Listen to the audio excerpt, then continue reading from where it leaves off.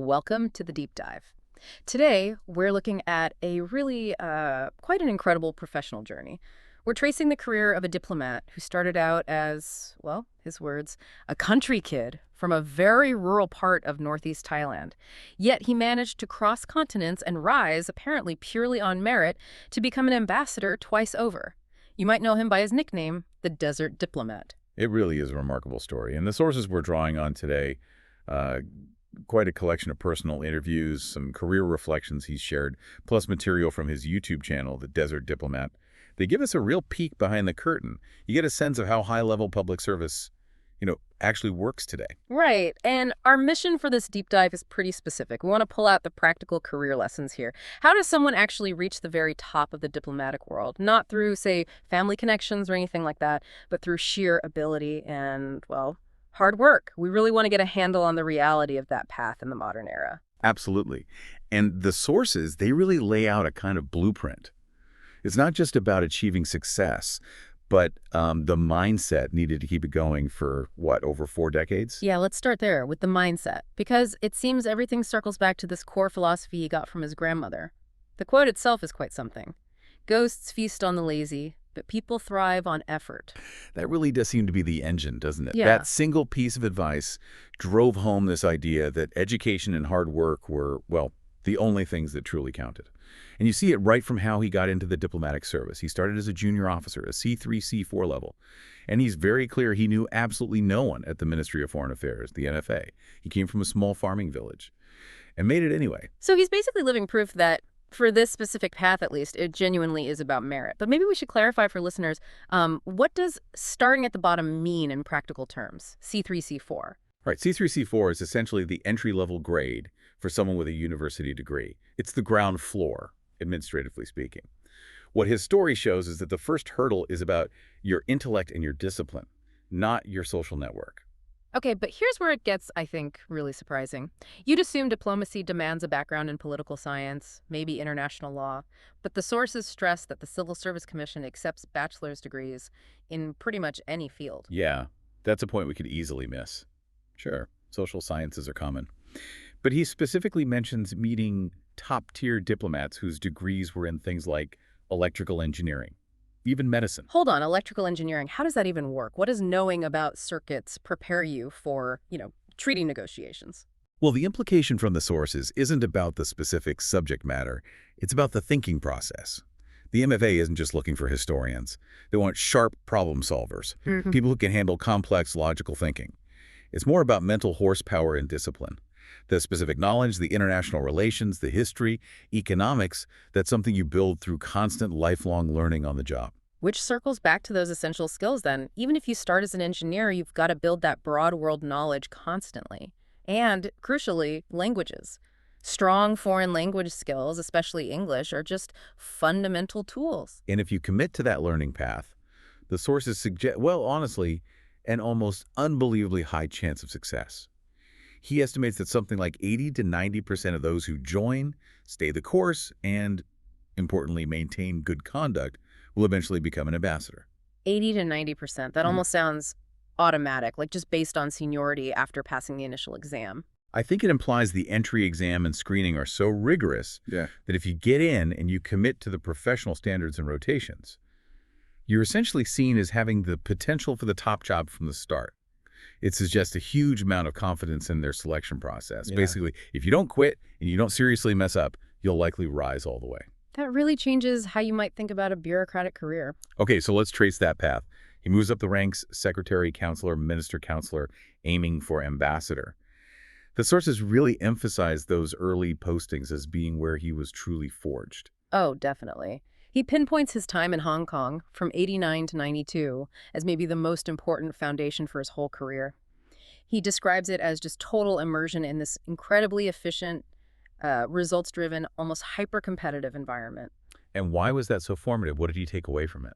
Speed and focus, mainly. Being in a place that demanded quick results forced him to learn how to adapt fast, how to cut through bureaucracy. He says that learning curve made adjusting to every other posting around the world much easier later on. He learned how to shed inertia quickly. Okay, so Hong Kong taught efficiency. Then he moves to Europe, Prague, in the Czech Republic, and this seems like where the personal challenges really ramped up. Absolutely. Moving the family to Prague demanded huge personal growth. Simple things, like learning to drive on the other side of the road left-hand steering in a place with harsh winters, snow, ice. He even mentions, minor accidents like sliding onto the sidewalk. It just highlights that postings aren't only about the job. They're about mastering a whole new way of life, Yeah. logistically. Yeah, that really grounds it. It's not all high-stakes talk. Sometimes it's just figuring out how to drive in the snow without hitting things. And it was a big time for his family, too. Both his kids were born there. So those deep personal milestones are all mixed in with the professional duties. Then comes a big step up. Ambassador to Peru. That transition from being a counselor to the ambassador, the main representative, that must be a massive shift in status and pressure. He describes it as a profound change, almost instantaneous. Suddenly, you are your country in a very visible way. There are no off days. Your presence, how you speak, your general demeanor, even small things like how you dress, everything has to project this constant, solid dignity. Every single action reflects back on the nation. And Peru didn't just test his diplomatic skills. It tested his preparedness for natural events, too, Yeah. right? The sources mention earthquakes. That's right. Peru's constant earthquake risk forced him to internalize this intense level of disaster readiness to the point where he kept a fully stocked emergency survival kit right beside his bed. Always. And there was that anecdote about testing his readiness. Yeah, he tells the story of being caught totally by surprise mid-shower when an earthquake hit. He uses it as this very vivid reminder that you have to be ready for anything, literally at any moment. You're responsible not just for yourself, but your whole team, the community. The unexpected will happen. Okay, let's shift continents again. We move to his current and final posting in the Middle East, the UAE. This is where he gets the Desert Diplomat nickname. How does the diplomatic game change in that regional context? The dynamics are different. He notes that in the Middle East, decision-making is often very top-down. It flows directly from the highest levels of leadership.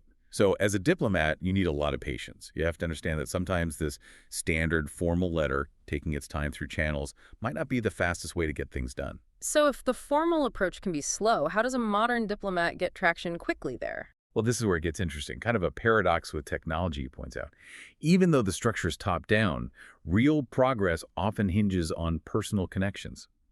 He found that sometimes a quick WhatsApp message to a high-level contact, someone he already knows and has built trust with, can achieve more faster than a formal diplomatic note winding its way through the system. So technology isn't replacing diplomacy, it's just speeding up the personal side of it, making those relationships even more crucial for efficiency. Exactly. He's very clear. Technology will never replace face-to-face interaction. You need that personal contact to build the fundamental trust and credibility and, to actually see someone's reaction, read the room. That's essential for building the relationship that makes that quick WhatsApp message effective down the line. Got it. Now, a big part of his work in the UAE, I understand, was consular affairs, helping Thai citizens. He actually describes this work as fun, which is maybe surprising given the challenges. He used social media quite actively to connect with the Thai community there, didn't he? Yeah, he really made himself accessible. But that accessibility also put him face-to-face with some really tough situations, particularly aiding exploited Thai nationals, often women, who had been lured there by predatory agents. And the sources detail how that exploitation works. It's often based on debt, right? Yes, it's a classic debt-bonded situation. These agents cover the upfront costs, flights, visa, maybe initial housing, so the person arrives already deep in debt, a debt they can often only repay through very precarious, sometimes dangerous, unregulated work. He talks about personally helping people escape what he literally calls hell, sometimes even using his own money for temporary shelter, basic needs for those fleeing really bad situations. That level of personal intervention is quite something. But what about stopping the cycle? Does he see a way to break it? That's the really tragic part he highlights. Many who manage to return home are often too ashamed, too distressed by their experience, to actually warn others in their communities about the reality, about the specific agents. So this silence, understandably, allows the whole cycle to just keep repeating. New people arrive, unaware of the risks, falling into the same traps. The lack of open conversation back home feeds the problem. Beyond the human element, even the physical environment in the UAE presented unique challenges he had to adapt to. Definitely. Something most wouldn't consider. The architecture itself. It's brilliantly designed for extreme heat and sun, obviously, That's it. but not necessarily for heavy rain, which, although rare, does happen. So when you get high humidity, like 80, 90% combined with a sudden intense downpour, you can run into real issues. Flooding, electrical shorts, problems in buildings just not built to handle that kind of moisture. So a diplomat needs to worry about geopolitics and leaky roofs during a rare rainstorm, potentially affecting his community's safety. It's a very holistic responsibility. Precisely. It's about anticipating these operational vulnerabilities, even in a very modern, developed setting. Okay, so he's wrapping up 41 years of service. Retirement is set for 2025. After all this globe-trotting and high-level work, what's next for the desert diplomat? Well, he's definitely not planning on just putting his feet up. The plan is to launch a full-time podcast and YouTube channel. He wants to share his knowledge, offer mentorship, maybe some insider perspectives, and he specifically mentions that once he's retired, free from diplomatic protocol, he'll be able to tackle topics, maybe controversial ones, give frank assessments he has to avoid now. Trading the embassy for the internet, essentially. Digital independence. And what about that? Simpler pleasure, he mentioned planning. Ah, the scooter plan, yes.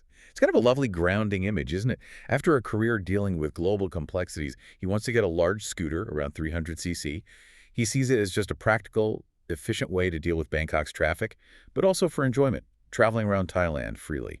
A very down-to-earth goal after decades of international service. It really is. And as he looks back, he seems to close his reflections by reaffirming that core belief that the Thai diplomatic system, the one he came up through, is professional, it is meritocratic, that it's designed to take those junior C3, C4 officers and, through training and experience, groom them for that ultimate goal of ambassador. Yeah, his career really stands as a testament to the idea that a strong moral grounding combined with constant learning, adaptability, and just sheer relentless effort, it's still a viable path to the top in global public service. Which leaves us with a final thought, something for you to consider. If modern diplomacy, especially at high levels, is increasingly leaning on these quick, personal, digital connections, the WhatsApp message to get things moving with a trusted contact, does that efficiency start to chip away at the traditional dignity, the formal processes we expect from diplomats? Is the need for speed and personal connection maybe starting to outweigh official protocol in the 21st century? It's a fascinating tension, isn't it? Between what's necessary now and the traditions of the role.